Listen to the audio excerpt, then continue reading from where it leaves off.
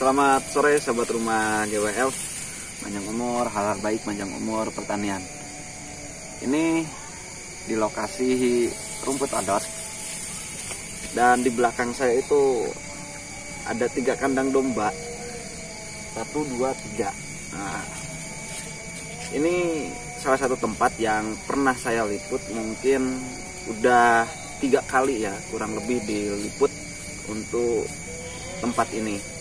Dan sekarang saya tidak akan membahas terkait tentang si rumput odot yang ada di lokasi ini, tetapi yang akan saya bahas kali ini yaitu terkait tentang faktor-faktor penyebab kegagalan dalam menanam rumput, baik itu odot, pakcong, janjibar, red nafir, dan jenis tanaman rumput lainnya.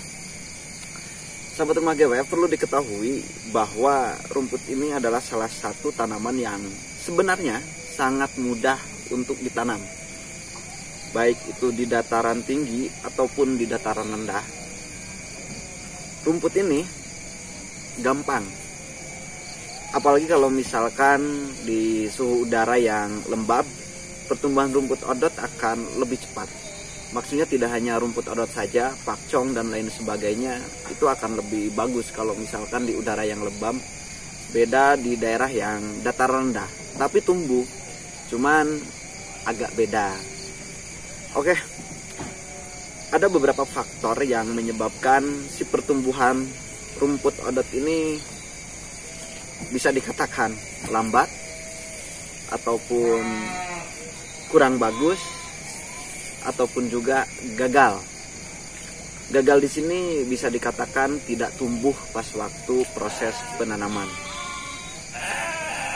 Faktor yang pertama itu yaitu faktor lokasi ataupun faktor tempat. Jadi kalau misalkan sahabat rumah GWF mau menanam rumput, itu alangkah lebih bagusnya dan memang harus di tempat yang terbuka. Jadi kalau misalkan di tempat yang agak rimbun, bukan 1 atau 2 kali saya menemui peternak yang menanam rumput odot ini di tempat yang rimbun, kalau bahasa Sundanya itu hiung. Nah, itu akan menjadikan salah satu faktor penyebab menghambat pertumbuhan. Kalau tumbuh, itu insya Allah pasti tumbuh, tetapi kalau misalkan menghambat, itu sangat menghambat. Karena intensitas cahaya yang masuk ataupun yang diserap oleh tanaman rumput ini itu kekurangan intensitas cahaya. Jadi dari proses pertumbuhan dia akan terhambat. Berarti sahabat rumah GWF, untuk yang pertama yaitu di tempat yang terbuka. Jadi kalau misalkan ya terbuka seperti ini, yang di lokasi ini agak terbuka. Ini belum terlalu terbuka. Karena apa? Karena di samping kiri saya banyak pepohonan juga, dan di belakang saya juga ada pohon alpukat. Itu kalau misalkan seumpama dia terlalu rimbun, itu akan menghambat pertumbuhan, tapi tumbuh.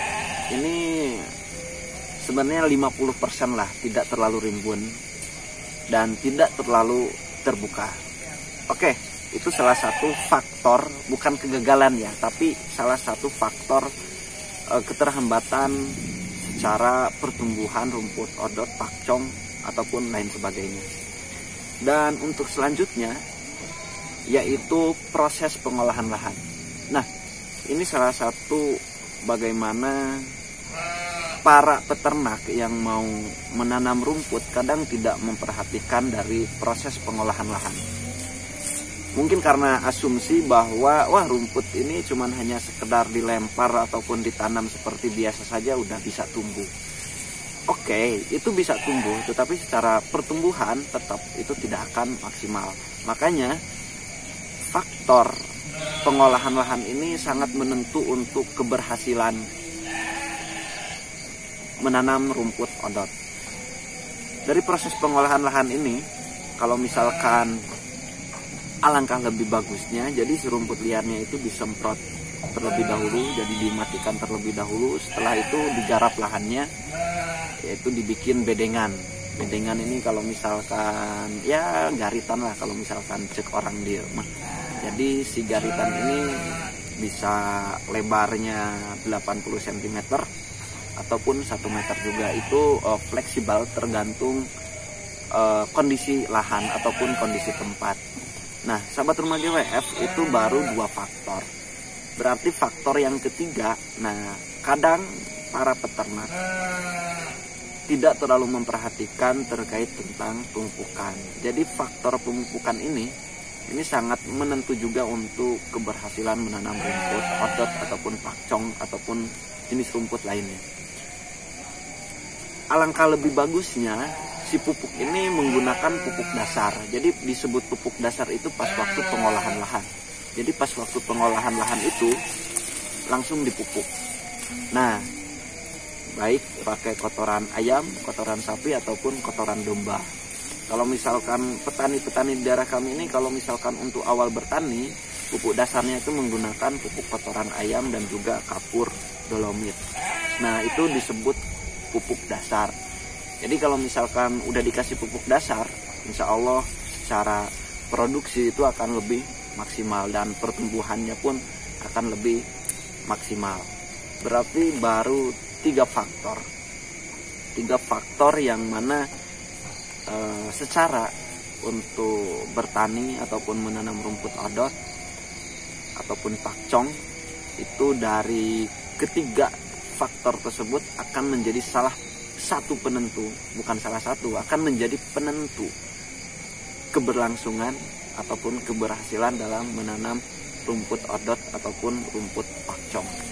Nah, sahabat rumah GWF, adapun kalau misalkan seumpama mau menanam, artinya kita perlu bibit. Kadang dari bibit juga memang perlu diperhatikan. Kalau misalkan kami, rumah GWF, menyediakan bibit si rumput odot, pakcong, janjibar, red napier, dan lain sebagainya, itu di usia minimal, paling minimal itu 5-6 bulan. Udah mau menginjak 6 bulan. Dan paling tua itu 1 tahun. Jadi terlalu muda kurang bagus dan terlalu tua juga kurang bagus. Dan si bibit ini bisa dikatakan salah satu faktor penentu keberhasilan dalam menanam rumput.